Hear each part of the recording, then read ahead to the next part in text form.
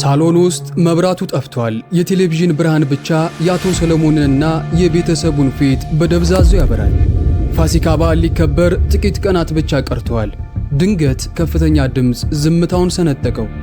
የመስኮቱ ጠንካራ መስተዋት ተሰባብሮ መሬት ላይ ተበተነ። ጥቅጥቅ ባለው ሐረግ የተሸፈነውን ረጅም የብረት አጥር አልፎ አንድ ትልቅ ድንጋይ ሳሎኑ መሃል ላይ ወደቀ። በውጭ በኩል ግን ምንም የተንቀሳቀሰ ቅጠል እንኳን የለም። ቤተሰቡ በድንጋጤ በቆሙበት ደረቁ። ይህ የድንጋይ ውርወራ የጀመረው ካስፈሪ የበር ማንኳኳት በኋላ ነበር። ወደ ቪዲዮ ከመግባታችን በፊት 96% ያሉ ተመልካቾቻችን ሰብስክራይብ ሳያደርጉ ስለሚከታተሉን የሰብስክራይብ እና የደውል ምልክቷን በመጫን የዚህ ቻናል ቤተሰብ ይሁኑ። የእርሶ ትንሽ ድጋፍ የኛ ትልቅ ብርታት ነው።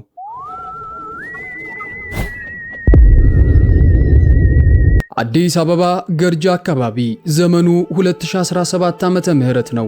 የበጋው ወራት አብቅቶ የፋሲካ በዓል ዋዜማ እየተቃረበ ባለበት በዚህ ወቅት የሰፈሩ አየር ለየት ያለ ቀዝቃዛ ነፋስ ይዞ ይነፍሳል። በዘመናዊ የከፍታ ሕንፃዎችና ጸጥ ባሉ ጥንታዊ ግቢዎች በተከበበው በዚህ ሰፈር ውስጥ አንድ ለየት ያለ ግርማ ሞገስ ያለው አዲስ ባለ 2 ፎቅ የድንጋይ ቤት ቆሟል። ቤቱ በረጅምና በወፍራም አረንጓዴ ሐረግ በተሸፈነ የብረት በር የተከለለ ሲሆን ባለቤቱ የተከበሩት የኮንስትራክሽን ባለሙያ አቶ ሰለሞን ከበደ ናቸው።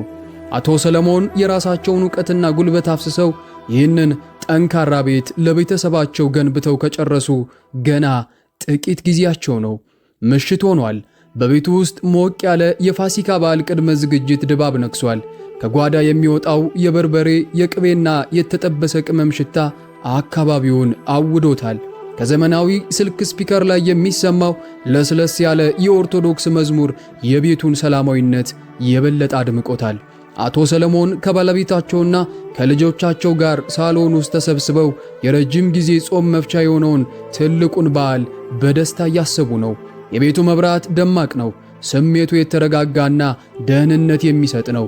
ይህ የመላምት ቻናላችን ወደዚህ ገርጂ ውስጥ ወደሚገኘው የድንጋይ ቤት ይዟችሁ ሲገባ የዚህን ቤተሰብ ሰላም በድንገት ያናጋውን የማይታመን ክስተት አብረን እንቃኛለን። ድንገት ይህን የጥልቅ ቤተሰብ ሰላም የሚሰብር አንድ ድምፅ ተሰማ። ከውጭ በኩል ባለው ረጅም የብረት በር ላይ እጅግ በጣም ከባድና ስለታማ የሆነ የማንኳኳት ድምፅ ማሚቶውን አስተጋባ። የማንኳኳቱ ኃይል የቤቱን ጸጥታ በጭካኔ ሰነጠቀው። የመዝሙሩ ድምፅና የቤተሰቡ ሞቅ ያለ ጨዋታ በቅጽበት ቆመ። ሁሉም ሰው ፊቱን በድንጋጤ ወደ በሩ አዞረ። የበር ማንኳኳት የተለመደ ቢሆንም ይሄኛው ድምፅ ግን የተለየ ነበር። የችኮላና የኃይል ስሜት ነበረው። አቶ ሰለሞን ከተቀመጡበት ቀስ ብለው ተነሱ። ማታ ማን ሊሆን ይችላል ብለው እያሰቡ በግቢው ውስጥ ያለውን ቀዝቃዛ አየር እያቋረጡ ወደ አጥሩ ተራመዱ። የብረት በሩን ትልቅ መቆለፊያ ሲከፍቱት የሚያሰማው ክራክ የሚል ድምፅ በምሽቱ ጸጥታ ውስጥ ጎልቶ ይሰማል።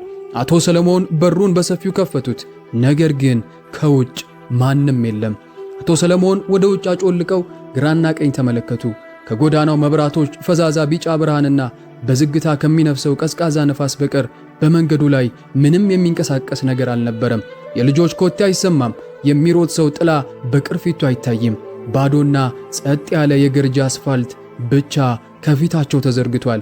ያን ያህል ኃይለኛ ድብደባ በበሩ ላይ ያሳረፈው አካል በአይን ርግብግብ ውስጥ የት ሊጠፋ ይችላል? አቶ ሰለሞን በሁኔታው ግራ በመጋባት በሩን መልሰው ቆለፉ። ነገር ግን ይህ ባዶነትና ዝምታ ገና ለሚመጣው ረጅም አስጨናቂና አስፈሪ ሌሊት የመጀመሪያው የጥሪ ደወል መሆኑንም ፈጽሞ አላወቁም ነበር። አቶ ሰለሞን ይህን ዘመናዊ ቤት ከመገንባታቸው ከዓመታት በፊት በዚህ ሰፊ ግቢ ውስጥ አንድ አሮጌና ግዙፍ ቪላ ቤት ቆሞ ነበር። ቤቱ የረጅም ጊዜ ታሪክ የነበረው ሲሆን አብዛኛው የሰፈሩ ነዋሪ ግቢውን በጥሩ ዓይን አያየውም ነበር። በዚህ አሮጌ ቤት ውስጥ መቅደስ የተባለች አንዲት ወጣት የቤት ሰራተኛ ትኖር ነበር። መቅደስ በስራዋ ታታሪ፣ ዝምተኛና ለሰዎች አክብሮት ያላት ልጅ እንደነበረች የቆዩ የሰፈሩ ነዋሪዎች ያስታውሳሉ። ነገር ግን አንድ ክፉ ምሽት የነገሮቹን ሁሉ ገጽታ ቀየረው። ጨለማው በገነነበት አንድ ሌሊት መቅደስ በድንገት ካሮጌው ቤት የላይኛው ፎቅ በረንዳ ላይ ወደ መሬት ተወረወረች። አወዳደቋ እጅግ አሳዛኝና ዘግናኝ ነበር። የሰፈሩ ነዋሪ በጩኸት ሲሰበሰብ ሕይወቱ አልፎ መሬት ላይ ተዘርግታ አገኟት። ይህ ክስተት ገርጂን በድንጋጤ አናወጠ። የአደጋው ትክክለኛ መንስኤ ግን እስከ ዛሬ ድረስ ግልጽ አይደለም። ፖሊስ ምርመራ ቢያደርግም ጉዳዩን ድንገተኛ የመውደቅ አደጋ ብሎ ደመደመው። ነገር ግን በአካባቢው ማህበረሰብ ዘንድ ብዙ የሚንሾካሾኩ ወሬዎች ነበሩ። አንዳንዶች በጨለማ ውስጥ ከተገፋችበት አይቀርም ብለው ሲጠረጥሩ፣ ሌሎች ደግሞ በቤቱ ውስጥ የነበረ የተደበቀ ምስጢር እንዳለ አጥብቀው ያምኑ ነበር። እስከዛሬ የማይነገር የሆነ በደል ደርሶባት ነው የሚሉ ድምጾችም በየቡና ቁርሱ ይሰሙ ነበር። ውድ ተመልካቾቻችን፣ የሰው ልጅ በግፍ ሲሞት ነፍሱ ፍትህ ሳታገኝ ቀሪውን ጊዜዋን በዚያው ስፍራ ታሳልፋለች የሚባለው እምነት እውነት ይሆን? የመቅደስ ሞት ምስጢር አሁንም በዚያ መሬት ስር ተቀብሮ የራሱን ሰዓት ይጠብቅ ይሆን? የአሮጌ ቤት ፈርሶ መሬቱ ተጠርጎ ይህ የአዲሱ የአቶ ሰለሞን ድንጋይ ቤት ሲገነባ ያ ሁሉ ያለፈ ታሪክ አብሮ የተረሳ መስሎ ነበር። የሞተው ሟች ታሪኩም አብሮ የተቀበረ ይመስል ነበር። ነገር ግን በዚያች የፋሲካ ዋዜማ ላይ የተሰማው ያ የመጀመሪያ የማንኳኳት ድምፅ ምናልባትም ከመሬት በታች የተቀበረውን ያልተፈታ እንቆቅልሽ መልሶ ወደ ላይ እያወጣው ሊሆን እንደሚችል አቶ ሰለሞንና ቤተሰቡ ገና አልተገነዘቡም ነበር። አዲሱ የድንጋይ ቤት የቆመበት መሬት የራሱ የሆነ የጨለማ ትዝታ ነበረው። የመጀመሪያው ምሽት ክስተት በዚያው አላበቃም። ያቺ ሌሊት የረጅምና አስፈሪ ፈተና መጀመሪያ ብቻ ነበረች። ድርጊቱ በምሽቱ መደገም ጀመረ። ቀስ በቀስም የማንኳኳቱ ኃይል እያየለ ድምፁም ይበልጥ አስደንጋጭና የጥላቻ ስሜት የተሞላበት እየሆነ መጣ። ብዙም ሳይቆይ ይህ የማይታይ ኃይል ከዋናው የብረት በር አልፎ ወደ ቤቱ የውስጥ ክፍል ተጠጋ። ከሳሎኑ ጀርባ ያለው በር በኃይል መነቃነቅ ጀመረ። ወደ ጓዳው የሚያስገባው ጠንካራ በር አንድ ግዙፍ ሰው ከውጭ ሆኖ በኃይል ገፍቶ ሊሰብረው እንደሚሞክር ሁሉ የበሩ እጀታ ወደ ታችና ወደ ላይ በኃይል ይንቀጠቀጣል።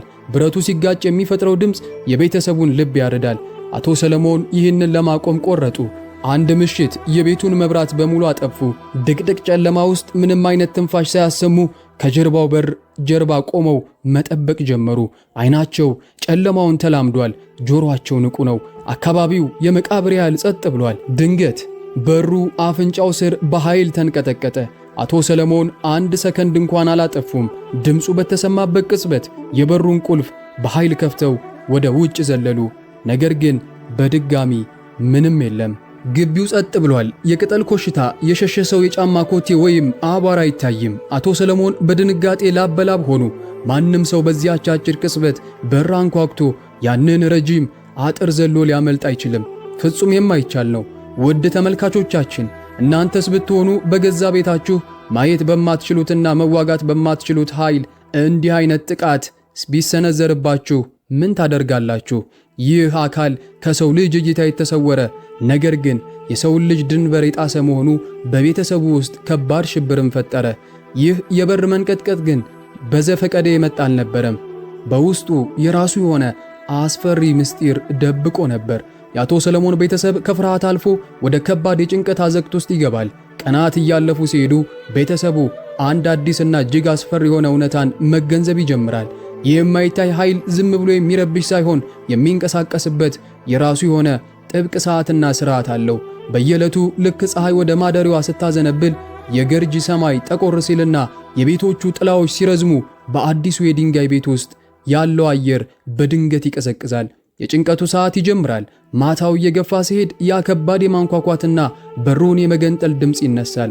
የቤተሰቡ አባላት የሚንቀሳቀሰውን የሰዓት ጠቋሚ እያዩ በፍርሃት ይረዳሉ።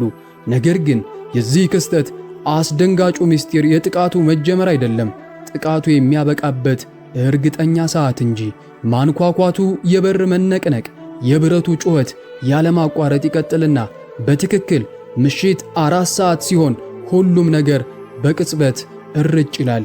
ልክ ማብሪያ ማጥፊያ እንደተናካበት መብራት ያ ሁሉ ረብሻ ባንዴ ይቆማል።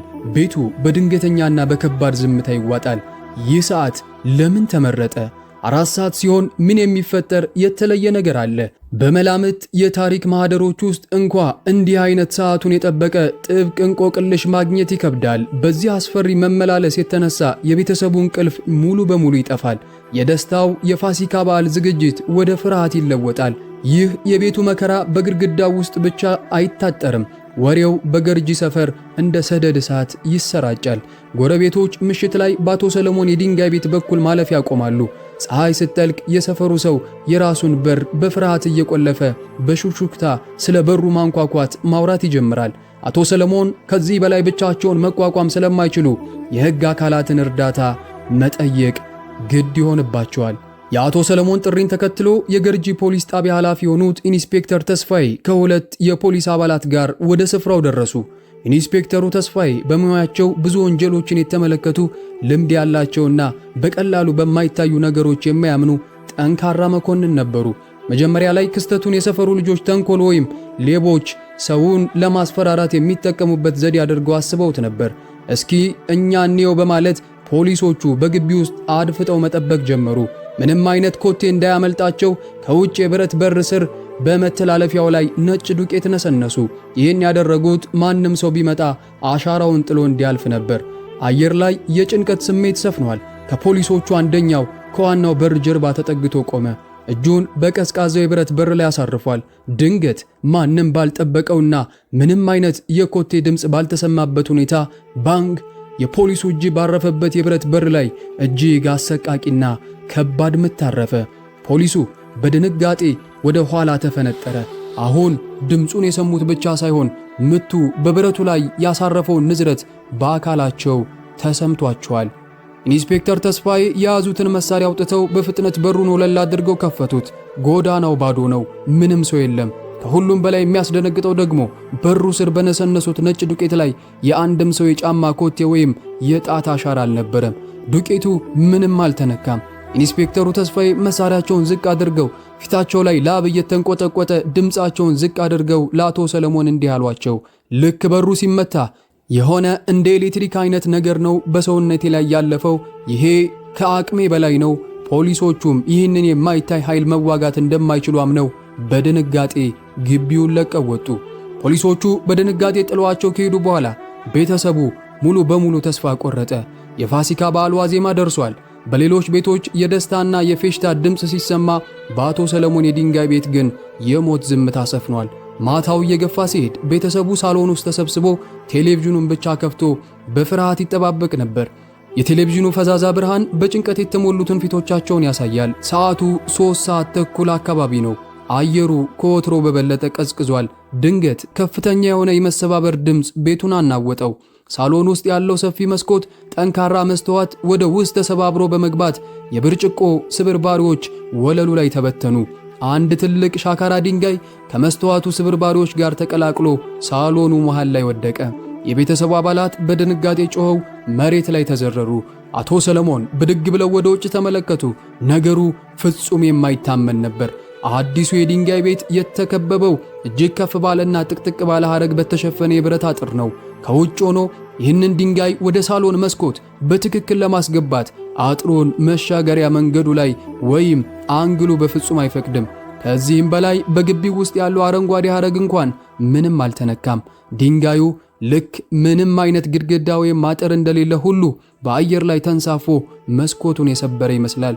የመስኮቱን መሰበርና የቤተሰቡን ጩኸት የሰሙ ጥቂት ደፋር ጎረቤቶች በፍጥነት ወደ ግቢው ገቡ። በሳሎኑ መሃል የወደቀውን ድንጋይና የተሰባበረውን መስታወት ሲያዩ በድንጋጤ ዝም አሉ። ከመካከላቸው አንዱ ጎረቤት የድንጋዩን አወዳደቅና የቤቱን አጥር አቀማመጥ ካየ በኋላ በሹክሹክታ ይህ ተራ የሰው እጅ ሥራ አይደለም፣ ይህ የተለየ መንፈስ ነው አለ። አሁን ሁሉም ሰው አንድ ነገር እርግጠኛ ሆኗል።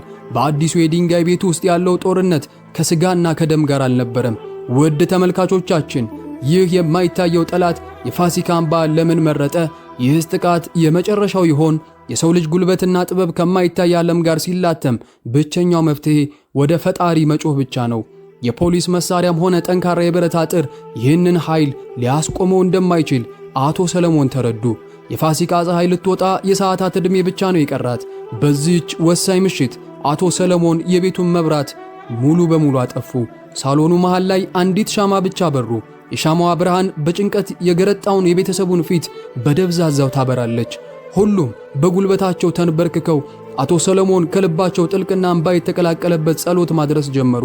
ቤታቸውን እንዲባርክላቸው፣ ይህንን ያልታወቀና ረፍት ያጣ መንፈስ በሰላም እንዲያሰናብትላቸው በጽኑ ለመኑ። ሰዓቱ እየገሰገሰ ወደ አስፈሪው 4 ሰዓት ተጠጋ። የቤተሰቡ ልብ በኃይል ይመታል። 4 ሰዓት ሆነ።